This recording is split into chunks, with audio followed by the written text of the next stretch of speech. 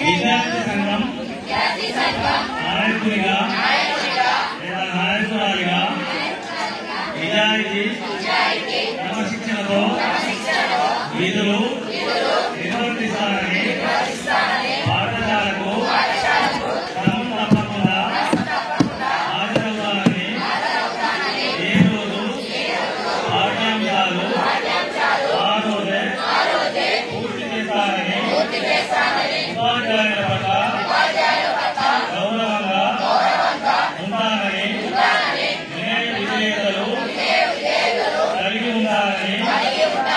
విద్యార్థుల అభ్యున్నతి కోసం